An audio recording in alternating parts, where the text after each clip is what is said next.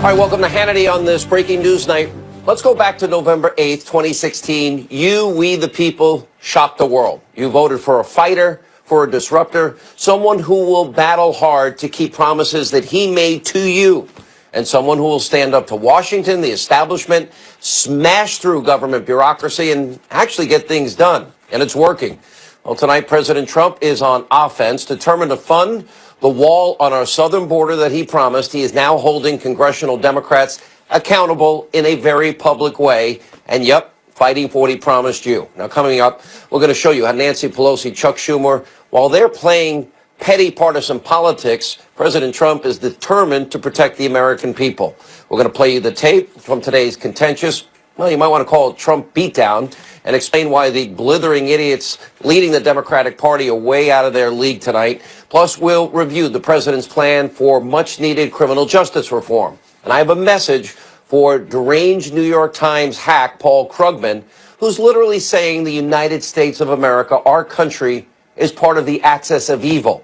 It was a really bad day for Michael Avenatti and Stormy Daniels, as she has now been ordered to pay nearly $300,000 for President Trump's legal bills. All right, stay tuned. And we have a huge announcement at the end of the show. But first, it's time for tonight's breaking news, well, Trump beatdown opening monologue. Let's be honest, border security is a deadly serious issue. Look at this. According to the Center for Immigration Studies, since 2001, 15 suspected terrorists, they've been apprehended at our southern border, including Islamic extremists from Al-Shabaab, the Taliban, ISIS.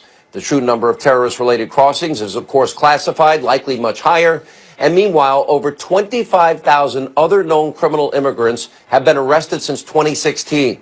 This includes over a dozen murderers, 370 convicted sex offenders, and nearly 5,000 individuals convicted of illegal drug or weapons charges. Now, of course, I would tell you the vast majority of people that want to cross the border illegally probably are people that want a better life for themselves and their families. But even illegal immigrants with the best intentions, they are costing we, the taxpayers, an enormous amount of money. According to a recent study, every illegal immigrant that successfully crosses our border costs you, the American people, $70,000 a year. And on December 3rd, over 3,000 people were caught illegally crossing in just one day.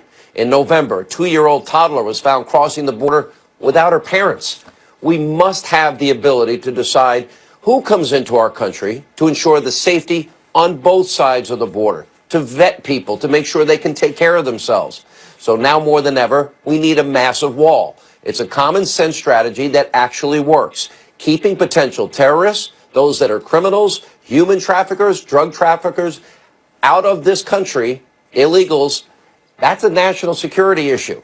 The president has long promised now to build that wall, and now he's fighting to do just that. He's fighting for what's right. Now, he fought hard. This is his history for tax cuts. He gave us the largest tax cuts in history. He fought for new trade deals, and he's winning on that front. He fought back against Obama's endless bureaucratic regulations, and he's created an environment for businesses that are now thriving. He's fought for energy independence, and for the first time this week, in 75 years, we are energy independent. He fought for the confirmation of qualified, originalist justices, and he's won. And now he's fighting for the wall on our southern border in a big way and confronting Nancy Pelosi, Chuck Schumer, for playing politics with what is the safety and security of every American citizen. Take a look. I'd like not to see a government closing, a shutdown. We will see what happens over the next short period of time. But the wall is a very important thing to us. I might put it a different way. Border security is extremely important.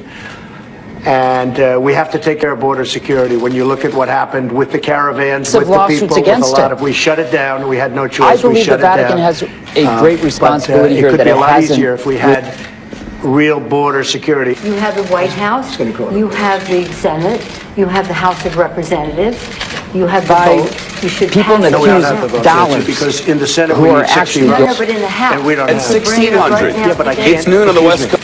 but I can't get it passed in the House if it's not going to pass in the Senate. I don't want to waste time. Well, the fact is, you can get it started that way. The House we can get passed very easily. Having the flexibility to... But the problem is the Senate, because we need 10 Democrats to vote, and That's they not won't the vote. proposal. We'll find out. Nancy, we need border security. Very simple. We need border security. Don't miss People Live are pouring PD. into our country, New including episode terrorists. tomorrow. We have And new terrorists. We caught episodes 10 every Friday and terrorists over the Saturday. last very short period of time. These are very serious people. It's Our being built border right now, agents, big sections of all our wall. law enforcement has been incredible what they've done. But we caught 10 terrorists. These are people that were looking to do harm. We need the wall. We need, more important than anything, we need border security, of which the wall is just a piece.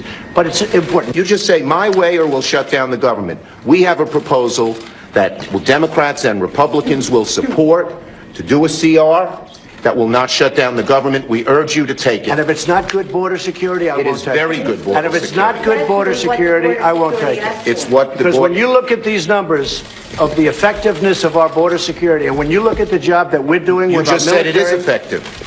Can I tell you something? Yeah, you just said it's Without a effective. wall, these are only areas where you have the walls. We wanna do Where this- you have walls, Chuck, it's effective. Where you don't have Wait a walls, second. it is not Let's follow effective. Paul. We came in here in good faith, and we're entering into this kind of a discussion in the public view. But it's not bad, Nancy.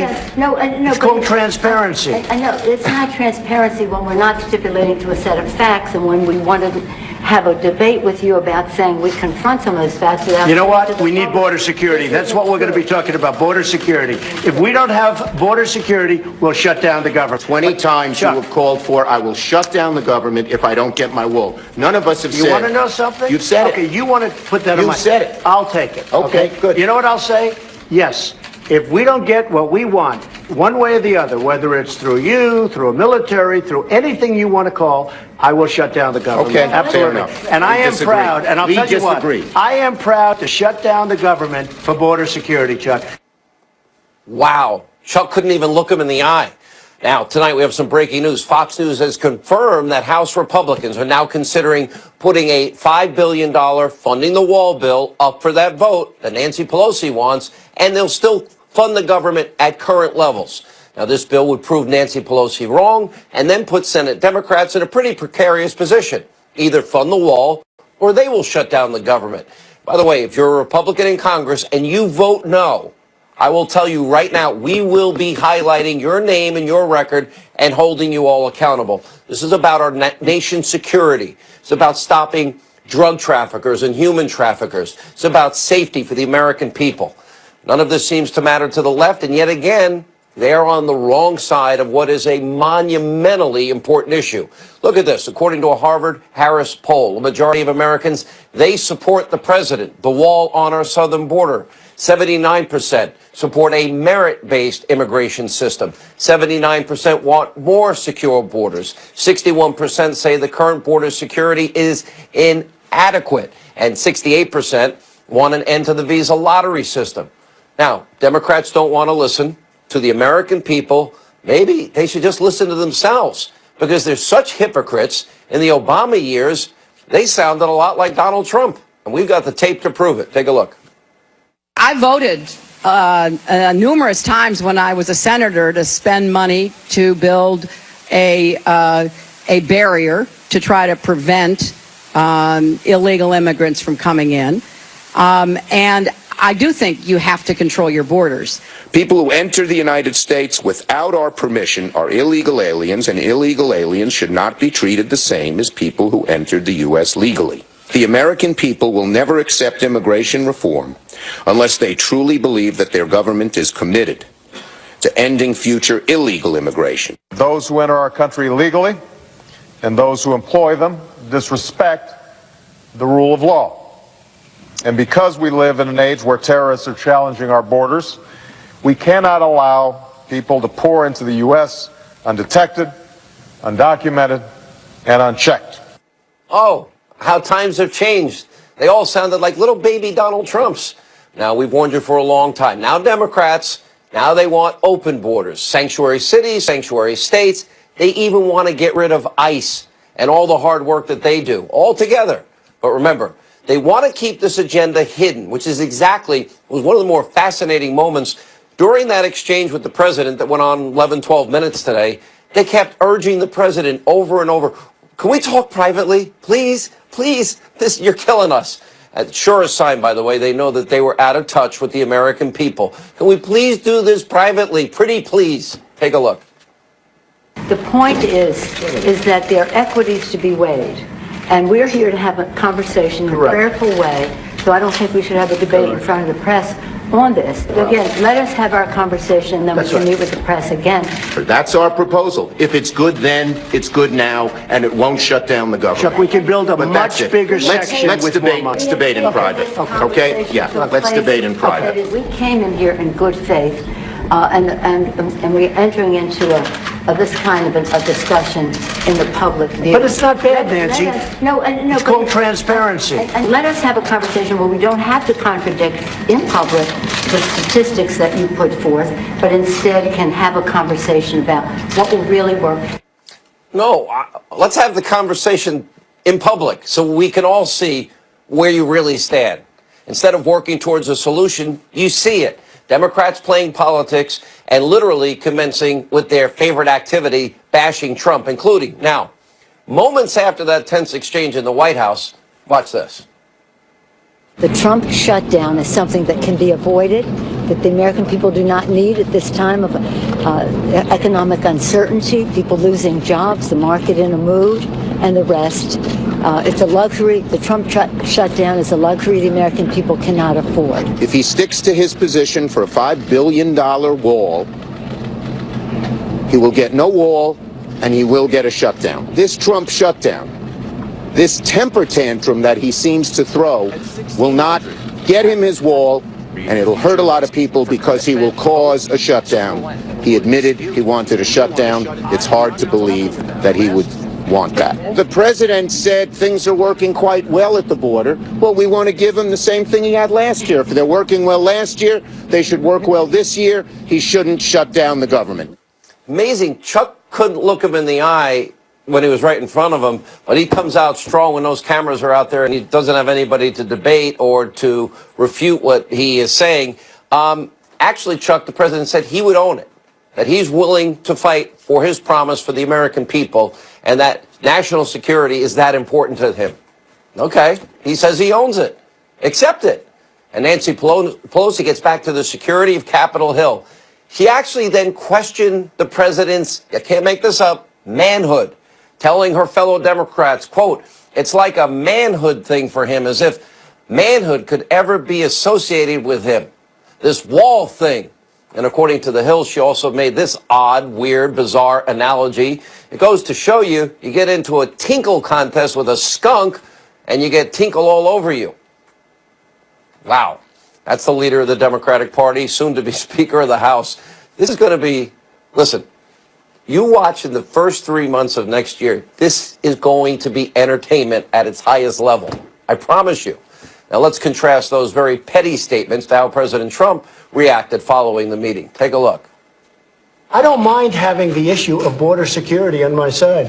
If we have to close down the country over border security, I actually like that in terms of an issue, but I don't want it to be an issue. I want it to be something that the country needs. It's not really an issue. It's something the country needs. It's common sense. The country needs it. We need protection. We need border security. We need security from drugs that are pouring into our country. They're coming in right through that southern border, and we need a wall. We need border security, and part of border security is a wall. So I don't mind owning that issue. I mean, Chuck's problem is that, you know, when we last closed down, that was his idea. And honestly, he got killed. And so he doesn't want to own it. And I said, you know what, rather than us debating who's owning it, I'll take it. I'll take it. If we close down the country, I will take it, because we're closing it down for border security. And I think I win that every single time. Ownership, responsibility, keeping promises, the courage to fight back.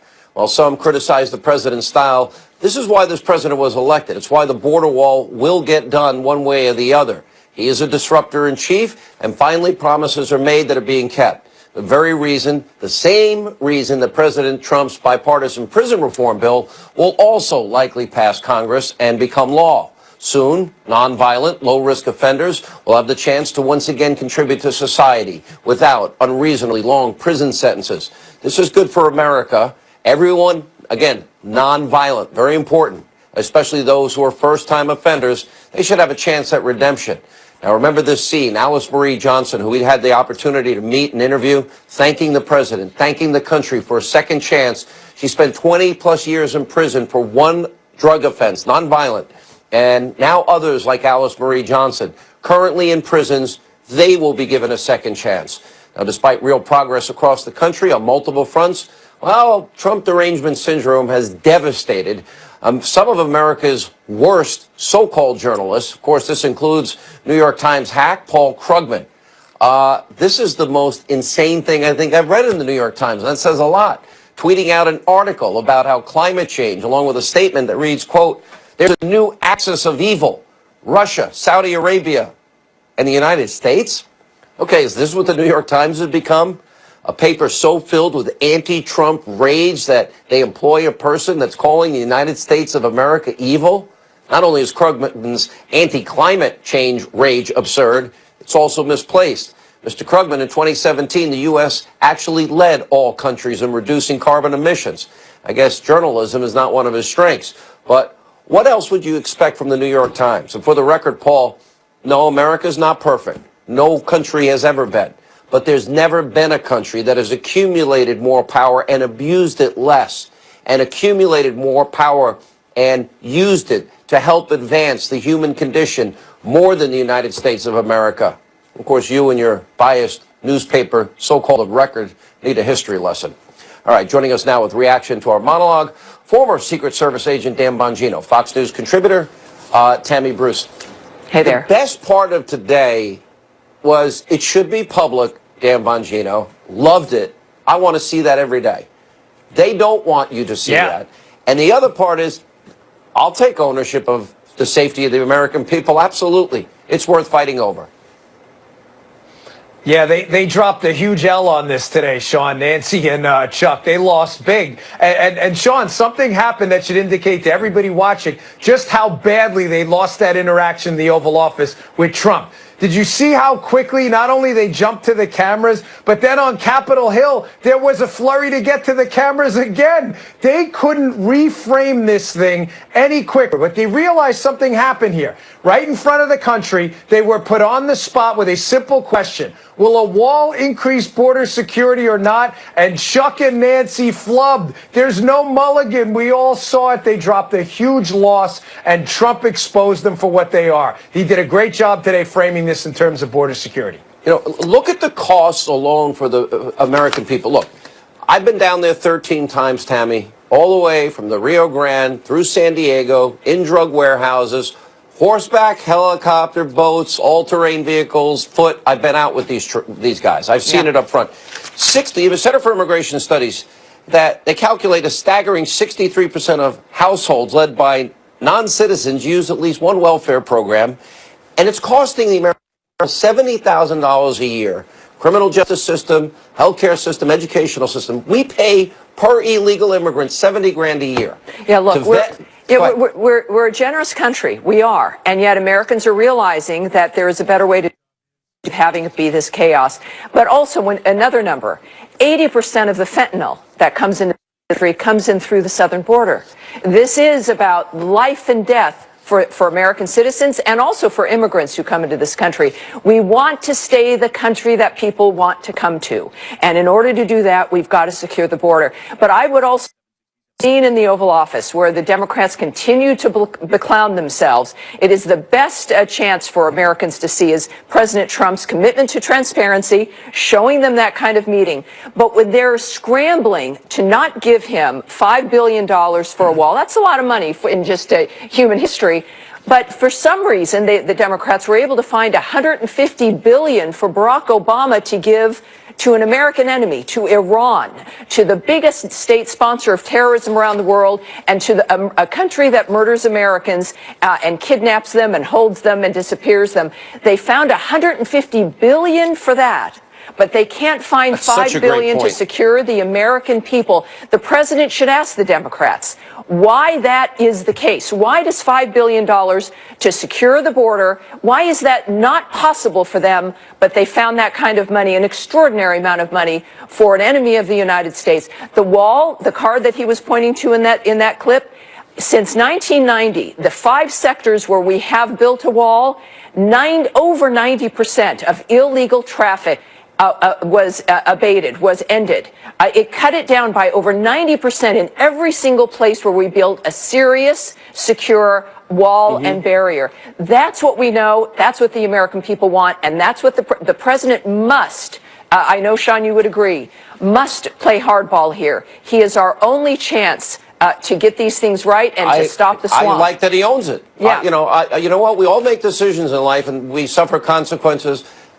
I think the American people will respond very favorably to this. And if he holds the line, look, he also has another option. By the way, Lindsey Graham said, don't give up, Mr. President. Then you had Senator Inhofe, Senator Shelby.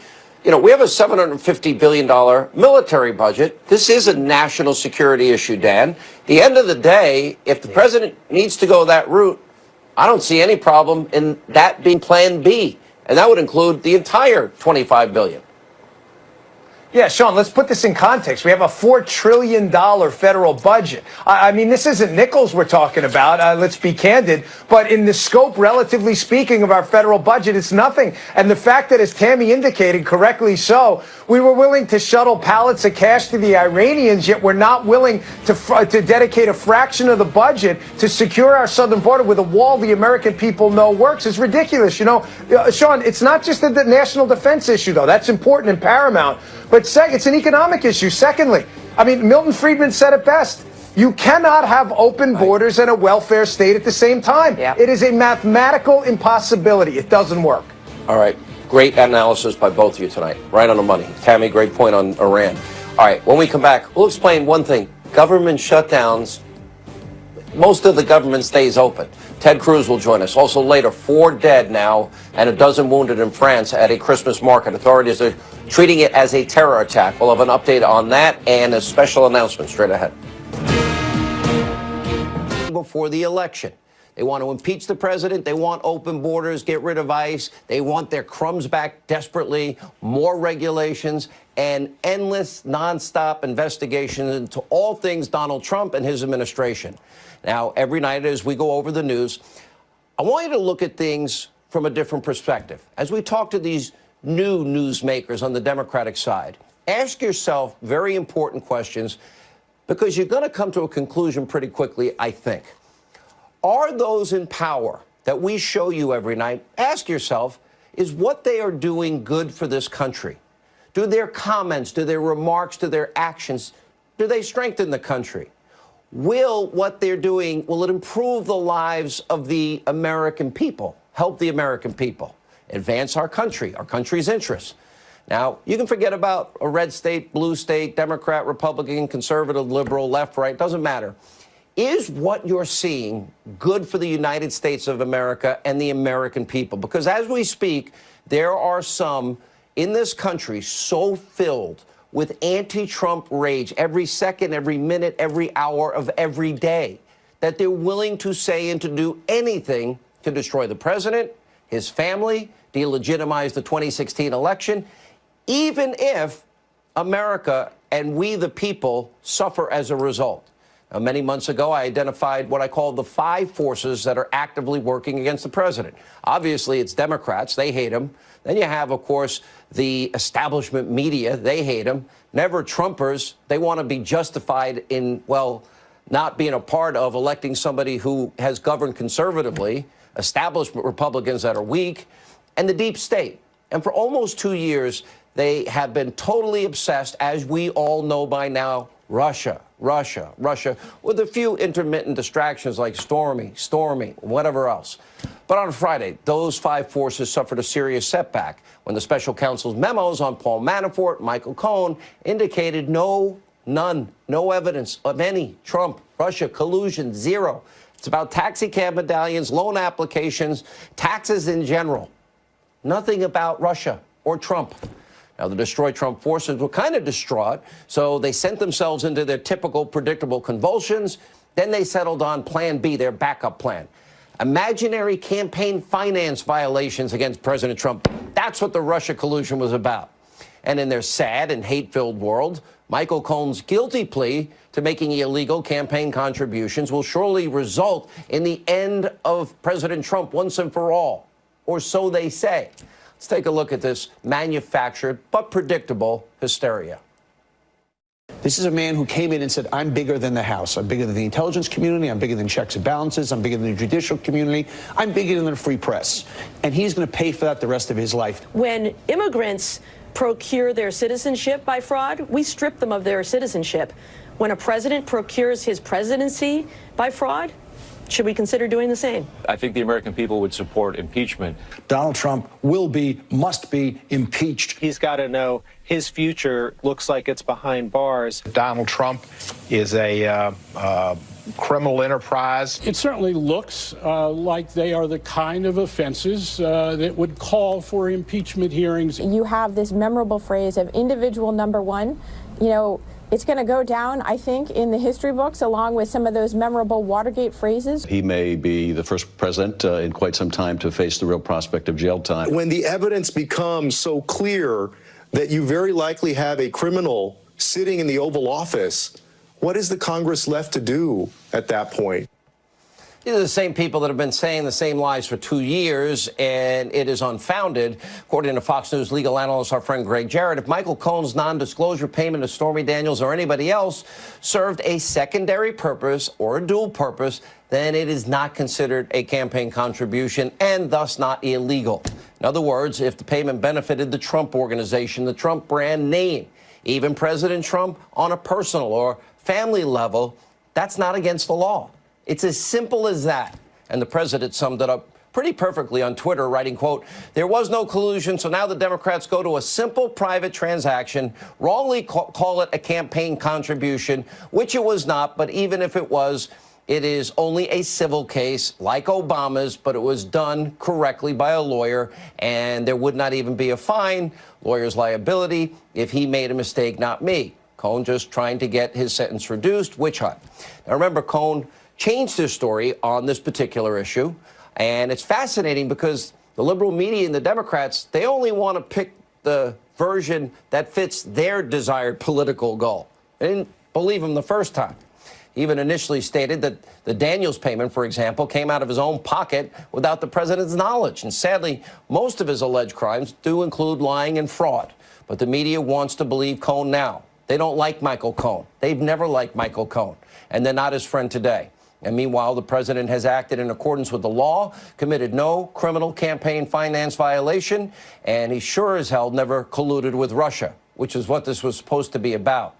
But then we have disgraced FBI Director James Comey. He's never let the presumption of innocence get in the way of his complete and total obsessive hatred for President Trump. Last night, he called on Americans to oust President Trump with, quote, every breath we have.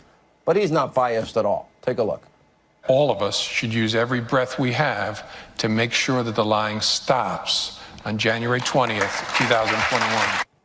Oh, I guess he doesn't have a political agenda. The same guy that leaked information to get Robert Mueller appointed. Oh, that's the same Comey that might have espionage issues himself by releasing those documents, and the same guy that, well, may be in trouble himself with the law. I have some advice for Jim Comey. Don't throw stones from a glass house. It's December, but the year of the boomerang is not quite over. Now, late last week, Comey testified behind closed doors on Capitol Hill about the multitude of serious controversies surrounding his leadership at the FBI, including FISA abuse, his handling of the Clinton investigation. And for a man who claims to have such integrity, such a great memory, he seemed to have a really hard time answering questions or remembering anything that mattered. In fact, many of those in the room accused him of using his attorneys to run interference, while another 245 times he says he can't remember in one shape, manner, or form. The Republicans came out and said that a government lawyer sort of ran interference and shut down specific lines of questioning. Did that happen? And if so, what topics were not discussed? When you read the transcript, then I think you will not see that happening. And he did admit, by the way, that the Steele dossier was never verified. You know, the bulk of the FISA application, we'll get to that in a second. So another lie from James Comey. Now, the transcript is out. It was happening over and over and over again, 250 times. According to Trey Gowdy, during his testimony, he answered, I don't recall 71 times. Get this. He stated, I don't know an additional 166 times. One lawmaker reportedly said, quote, his memory was so bad, I feared he might not remember how to get out of the room after the interview. Another claimed, quote, it was like he suddenly developed Alzheimer's after conveniently remembering enough facts to sell his book. Pretty awful. A lot of selective amnesia from someone who claims to be an innocent man. But even more troubling is this, is something Comey actually said during this hearing. According to this transcript from Friday, he admitted Hillary's bought and paid for dirty Russian dossier, the one that was used to commit a fraud 4 separate occasions on FISA courts, was never verified either before or after the FISA warrant application. Let me explain this. In other words, the FBI and the DOJ had zero idea if what they were using to get one of the hardest warrants to get, a FISA warrant, zero clue whether any of the evidence was credible, true, and corroborated, which by law and by protocol must happen as a matter of course. They spied on an American citizen, trampled on his Fourth Amendment constitutional rights, a Trump campaign associate, with information paid for by the Clinton campaign and the DNC that we now know is completely and totally unverified. But wait, didn't Rod Rosenstein or Sally Yates, who signed off on the final FISA application, didn't he say that law enforcement, if they're going to sign a FISA warrant, didn't he say that that officer must swear that the information in the FISA request is true and accurate? And if he get it wrong, there are serious consequences. I know because, well, I have the tape. There's a lot of talk about FISA applications, and many people that I see talking about it seem not to recognize what a FISA application. A FISA application is actually a warrant, just like a search warrant.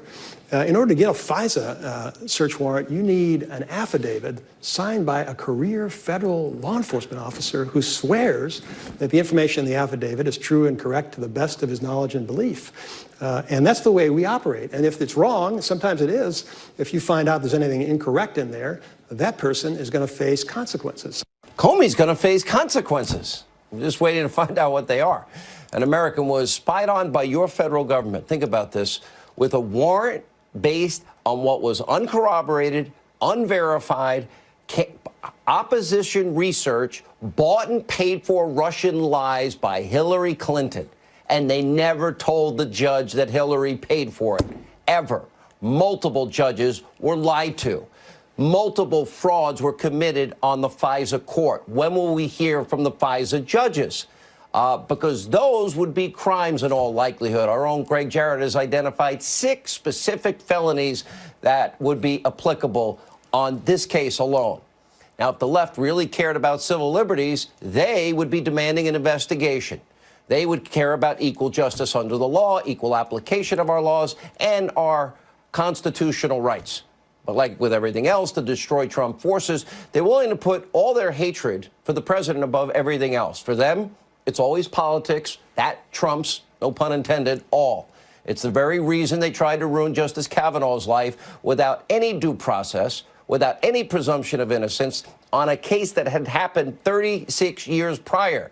But at the same time, they barely yawned, said nothing over recent abuse allegations, physical, emotional, against Keith Ellison, their number 2 at the